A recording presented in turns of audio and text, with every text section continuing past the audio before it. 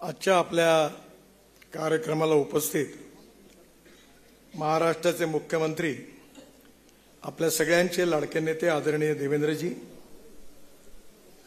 विशेष रूपाने या कार्यक्रमाला उपस्थित असलेले सुप्रीम कोर्टातील माजी न्यायमूर्ती आदरणीय शिरपूरकर साहेब,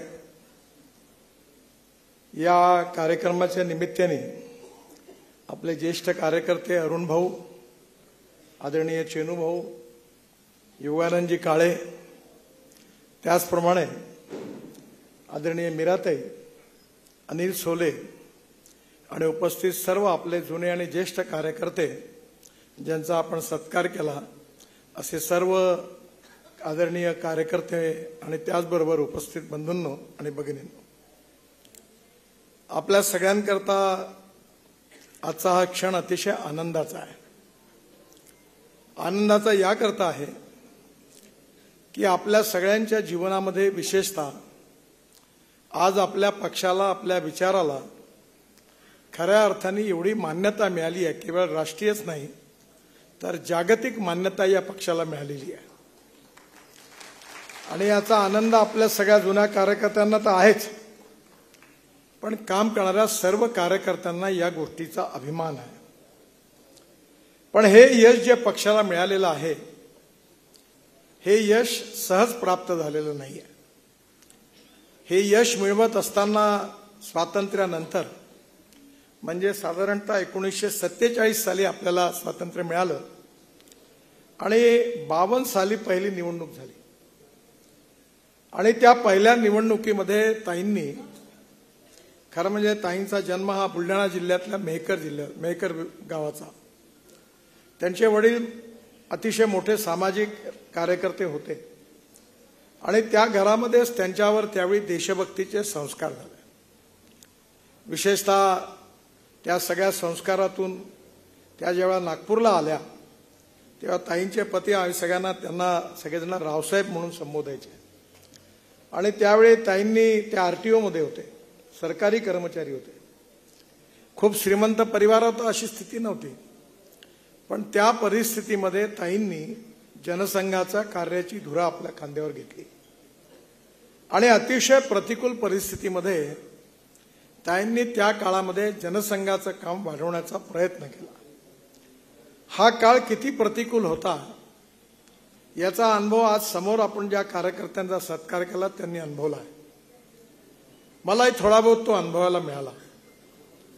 विशेषतः 1977 साली जनता पार्टीच्या चिन्हावर जेव्हा निवडणूक लढवल्या गेली होती त्यावेळी अर्ध्या नागपूरमध्ये सायकल रिक्षावर किंवा ऑटो रिक्षावर जनता पार्टीला मत द्या असं म्हणणारा रिक्षा घेऊन अनाउन्समेंट करायला मी त्यावेळी फिरायचो. अण्णाजी मेंढजोगे आमच्या पूर्व नागपूरचे प्रमुख होते, बळवंतराव ढवळे होते, छोटूभैया दाकरस होते आणि ज्यावेळी रिक्षा घेऊन निघायचो त्यावेळी अनेक लोक म्हणायचे की मी काही जात नाही याकरता म्हणायचे की तो रिक्षा घेऊन गेल्यानंतर रस्त्यावर लोक गोटे मारायचे आणि पोस्टर फाडून टाकायचे. म्हणजे जनसंघाबद्दल गैरसमजुतीमुळे आणि त्या काळातल्या राजकारणात जो विद्वेष निर्माण केला होता, गांधीजींचे खुनेपासून अनेक अपप्रचार त्या काळात झाला आणि त्याचं प्रत्यंतर असं होतं की लोकांमध्ये जनसंघाबद्दलचा एक रोष होता. एक प्रतिकूल परिस्थिती होती आणि या परिस्थितीमध्ये टिकणं खूप कठीण होतं. पण या परिस्थितीमध्ये ताईंसारख्या कार्यकर्त्या या झोपडपट्टीमध्ये जाऊन लोकांची सेवा करून, त्यांची कामं करून त्यांनी जनसंघाचा दीप त्या काळात खऱ्या अर्थाने नागपूर शहरात प्रज्वलित ठेवण्याचं काम अतिशय प्रतिकूल काळात ताईंनी केलं. आज ताईंच्या बरोबरच्या काही कार्यकर्ते आहेत. आपण या पहिल्या लाईनमधल्या या सगळ्या कार्यकर्त्यांचा सत्कार केलेला आहे, पण खऱ्या अर्थाने मला स्मरण होत आहे की त्यातले अनेक कार्यकर्ते आज नाही आहेत. काळाच्या ओघामध्ये अनेक लोकांची नावं, कारण इतिहास जो असतो हा भूतकाळातला इतिहास वर्तमान काळात जेव्हा त्याचा आपण विचार करतो तो भविष्याची प्रेरणा देत असतो. हळूहळू कार्यकर्ते बदलत गेले, नवीन नवीन कार्यकर्ते आले, परिस्थिती बदलत गेली. म्हणजे एवढा फरक आहे जनरेशन गॅपचा की मी ज्यावेळी प्राथमिक शाळेत होतो आणि मीराताईंना आठवत असेल, ताई निवडणूक हारल्या आणि हारल्यानंतर मग ताईंच्याकडे आईबरोबर गेलो तर मला काही फार समजत नव्हतं. ताई रडत होत्या, सगळ्याच लोकांच्या डोळ्यात अश्रू होते. तर मी माझ्या आईला प्रश्न विचारला की यांच्या घरात कोणी मेला आहे का, हे रडतात का? म्हणजे मला त्यावेळी समजत नव्हतं. एवढा दुःखाचा डोंगर पसरला. ताईंचं आमच्या सगळ्यांचं एक मोठं दुर्भाग्य होतं की आज आम्ही कोणालाही आमदार म्हणून निवडून आणू शकतो, पण त्या काळामध्ये आम्ही सगळ्यांनी कार्यकर्त्यांनी खूप प्रयत्न करूनही ताईंना आम्ही काही आमदार म्हणून निवडून आणू शकलो नाही. हे शल्य आम्हाला सगळ्यांना मनामध्ये खरं म्हणजे लागलेलं. आणि म्हणून ताईंनी या सगळ्या काळामध्ये किती वेळा पडावं निवडणुकीमध्ये. एक दिवस मला आठवतं, माझ्या आईबरोबर मी जेव्हा ताईंकडे गेलो तेव्हा माझ्या आई त्यांना म्हणाली, आता ताई तुम्ही उभ्या ना करा, आता नका उभ्या राहू. कारण तिला एवढं वाईट वाटलं की ती म्हणाली, एवढं मेहनत परिश्रम करूनही लोकांना याची कदर नाही आहे. पण ही कदर समाजामध्ये नव्हती, पण त्यांनी कोणी प्रयत्न थांबवले नाही. एक सुंदर वाक्य मी नेहमी माझ्या आयुष्यात लक्षात ठेवतो. ते अमेरिकन प्रेसिडेंट रिचर्ड निक्सन यांच्या आत्मचरित्र वाचण्याची संधी मला मिळाली.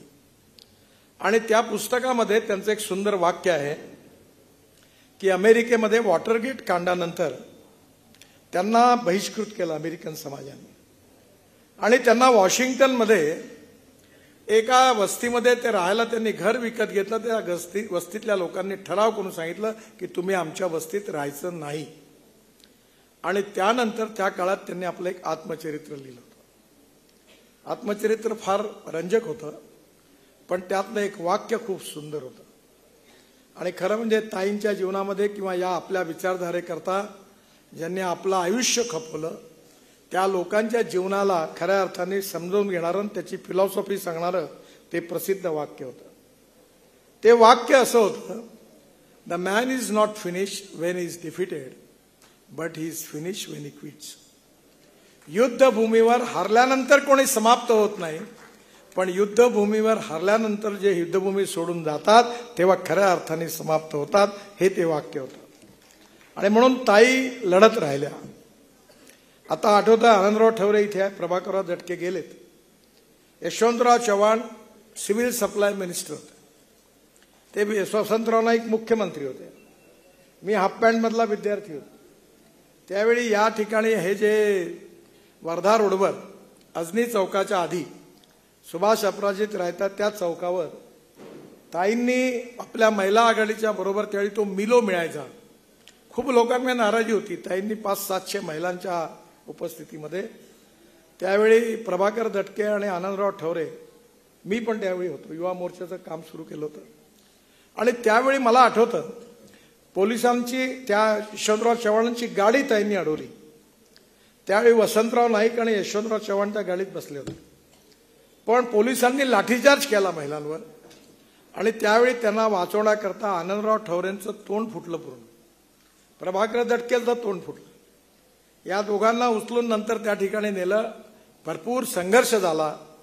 असे अनेक संघर्ष ताईंनी आपल्या जीवनामध्ये केले.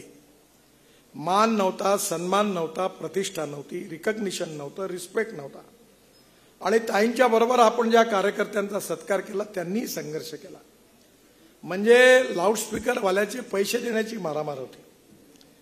म्हणजे दुसरी गोष्ट आहे की आम्ही लाऊडस्पीकरवाले होते, ते आपले कार्य कमल रेडिओवाले, त्यांचे वर्ष बिल द्यायचो आणि मग ते आवाज द्यायचे, ओ गडकरी, ओ गडकरी. आम्ही म्हणतो रिक्षावाला, ए जोरात चालव. कारण त्यांचे 200-400 रुपये वर्षभरापासून दिले. मग हळूच कुठेतरी 30-40 रुपये गोळा करून त्यांना द्यायचो. छोटू भैया धाकरसांकडे पोस्टर छापायचो. छोटू भैयाची प्रिंटिंग प्रेस, ते पोस्टर मागायचं. म्हणलं 1000 पोस्टर द्या. तुला काय लागतं एवढे 1000 मागायला? पहिले 100 चिपको म्हणे. आणि मग ते त्या पोस्टर मधलं 1, 2, 3, 4, 100 मोजायचे. आणि मी म्हणालो चिक्की द्या. ते म्हणे एवढी चिक्की नाही पाहिजे, त्याच्यात अर्ध पाणी टाकायचं, दुसरा 100 त्याच्यात देऊन मग ती चिक्की आम्ही लावायचो. आणि मग रात्री MSEBच्या तो लाईनमनला चहा पाजायचो, म्हणजे तो शिडी द्यायचा आणि ती वरती चढायचो, म्हणजे कोणाचा हात लागून पोस्टर फाडता येणार नाही. हा तो काळ होता. त्यामुळे ताईंच्या या प्रतिकूल काळाचा खूप मोठा इतिहास आहे. पण या इतिहासाचं महत्व एवढ्या करता आहे की आपण नेहमी इतिहासामध्ये असं म्हणतो की थोर महात्मे होऊन गेले, चरित्र त्यांचे पहा जरा, आपण त्यांच्या समान व्हावे हाच असा पडे बोध करा. म्हणजे आपल्या नवीन कार्यकर्त्यांना करता हा कार्यक्रम आहे. यांनी सगळ्यांनी आपलं कर्तव्य केलं, पण कधी कधी अशी परिस्थिती होती की आमच्यासारख्या कार्यकर्त्याला वाटतं की एखादी मोठी 10-20 टनाची गाडी जेव्हा जाते तेव्हा आता कुत्रा त्या गाडीच्या खाली उभा राहतो आणि त्याला वाटतं हे ओझं घेऊन मी गाडी घेऊन पुढे चाललोय. तशी आपली स्थिती नाही. हे जे काही आहे हे माझ्यासारख्याला, देवेंद्रजी सारख्यांना, अनेक कार्यकर्त्यांना हा मान सन्मान प्रतिष्ठा मिळालेली आहे. याचं श्रेय खऱ्या अर्थाने इथे आपण सत्कार केला त्या कार्यकर्त्यांच्या कार्याला. त्यांनी आपलं संपूर्ण जीवन याकरता नवचार केलं आणि बेस उभा केला. भारतीय जनता पार्टीची एक पार्टी होती, आनंदराव ठवरे साक्षीदार आहेत. इमर्जन्सीमध्ये पूर्ण बँड वाजला आणि आम्ही सगळेजण सगळ्या मिटिंगा बंद झाल्या. एक भारतीय जनता पार्टी नागपूर जिल्हा म्हणून एक बोर्ड होता ढवळेंच्या बिल्डिंगवर. आणि एक दिवस मला आठवते मी त्या आमच्या मित्रांबरोबर शुक्रवार तलावाच्या त्या खांबावर बसून रात्री हे पाईपवर बसायचं. एक दिवस एवढं वादळ आलं का इंदिराजींनी तर सगळ्यांना अंदर केलंच, पण वादळ एवढ्या गतीने आलं की भारतीय जनसंघाचा तो बोर्ड होता तोही हवेच्या ओघात उकडून बाहेर पडला, तोही पण पडून गेला. म्हणजे एवढी बिकट अवस्था होती. जवळपास काम संपलं होतं. पण पुन्हा एकदा हा विचार, राष्ट्रवादाचा विचार, राष्ट्रीय पुनर्निर्माणाचा विचार, हे राष्ट्र सुखी समृद्ध संपन्न व्हावं, या देशामध्ये दीनदयाल उपाध्यायांनी सांगितलेल्या अंत्योदयाच्या विचाराचं अनुकरण ताईंनी आपल्या जीवनात केलं की समाजातला तळागाळातला जो शोषित पीडित दलित माणूस आहे, जो सामाजिक आर्थिक शैक्षणिक दृष्टीने मागासलेला आहे, त्याचं जीवन आम्हाला बदलवायचं आहे आणि त्याला रोटी कपडा आणि मकान मिळवून द्यायचं आहे. तेव्हाच आमचं कार्य पूर्ण होईल असं दीनदयाल उपाध्यायांनी आपल्या सामाजिक आर्थिक चिंतन अंत्योदयामध्ये सांगितलं आहे. या सगळ्या विचाराकरता आपलं जीवन सर्वस्व अर्पण करणाऱ्या या कार्यकर्त्यांमध्ये प्रेरणा देणारं व्यक्तित्व म्हणजे ताई होत्या. आज असं आहे की ज्याचा जन्म होतो त्याचा मृत्यू अटळ आहे. हा यावतचंद्र दिवाकर असा नियम, याला कोणी अपवाद नाहीये. पण लोकमान्य टिळकांनी असं सांगितलंय की एखादा माणूस हा त्याच्या जीवनात जगला किती यापेक्षा जीवन जगला कसा आहे महत्वाचं आहे. आणि म्हणून ताईंचं हे संघर्षमय जीवन ही आम्हा सर्व कार्यकर्त्यांची प्रेरणा आहे. आणि म्हणून त्यांचं व्यक्तित्व, त्यांचं कर्तृत्व, त्यांचं नेतृत्व, त्यांचा व्यवहार कार्यकर्त्यांशी असलेला, त्या काळामध्ये एक एक कार्यकर्ता, ताई म्हणायचे संपूर्ण कार्यकर्ते माझा परिवार आहे. ताईंनी जेवढं प्रेम मीराताईंवर केलं, जगदीशजींवर केलं, तेवढंच प्रेम ताईंनी आपल्या प्रत्येक कार्यकर्त्यावर केलं. हे त्यांची विशेषता. आणि म्हणून मला तर माझ्या आईमुळे ताईंच्या प्रत्येक कार्यक्रमामध्ये लहानपणी जवळून मला बघण्याची संधी मिळाली आणि ते सगळं मला पाहायला मिळालं. आणि म्हणून आज आपण हे खरं म्हणजे हा शताब्दी समारोहाची सांगता आहे. आमच्या सगळ्यांची इच्छा आहे की ताईंच्या नावाने काहीतरी मोठं स्मारक झालं पाहिजे. एक मोठा हॉल आम्ही बांधायचं ठरवलेलं आहे. थोड्याशा अडचणी दूर झाल्या की बालजगतच्या बाजूला 600-700 लोकांचा मोठा हॉल ताईंच्या नावाने त्या ठिकाणी निर्माण करायचा आहे. आणि ताईंनी विशेषतः दीनदयाल शोध संस्थानाच्या माध्यमातून बालमनावर संस्कार करून भविष्यातली पिढी निर्माण केली पाहिजे, त्याकरता त्यांच्यावर उत्तम संस्कार केले पाहिजे, याकरता ताईंनी तळमळीने बालजगत उभं केलं. देवेंद्रजी हे बालजगतच्या पहिल्या बॅचचे विद्यार्थी होते. त्यांचा फोटो आहे तिच्यात. आणि त्यामुळे देवेंद्रजी सारख्या अनेक लोकांवर त्या काळामध्ये देशभक्तीची गीतं शिकवणं, खेळाबद्दलची त्यांना गोडी लावणं, चांगल्या कथा वाचायला देणं आणि त्यातून भविष्यातली पिढी निर्माण करणं हे खूप महत्वाचं आहे. आमच्या लहानपणी नील सिटी शाळेमध्ये ब.म. पुरंदरेंचे 10-10 दिवस शिवाजीवरची भाषणं मी ऐकायचो. त्यानंतर प्रभावती राजेंची भाषणं ऐकायचो, बाळशास्त्री हरदासांची भाषणं ऐकायचो. अनेक मोठे मोठे लोक ऐकते आणि त्यांची भाषणं रात्री ऐकायचो. आणि त्या भाषणातून ऐकल्यानंतर मनामध्ये एक प्रेरणा निर्माण व्हायची. हे प्रेरणादायी व्यक्तिमत्व म्हणजे ताई आहेत. आज आपण ताईंना आदरांजली वाहूया. पण नवीन कार्यकर्त्यांनी हे लक्षात ठेवलं पाहिजे की आपल्याला मिळालेलं यश हे आपलं नाही आहे. या विचाराकरता बापू महाशब्द आज आपल्यामध्ये नाही आहे. ते आपल्या संघाचे उत्तम स्वयंसेवक होते, तरुण भारत पत्रकार होते. त्यांनी एक सुंदर गीत लिहिलं जे आजही प्रसिद्ध आहे.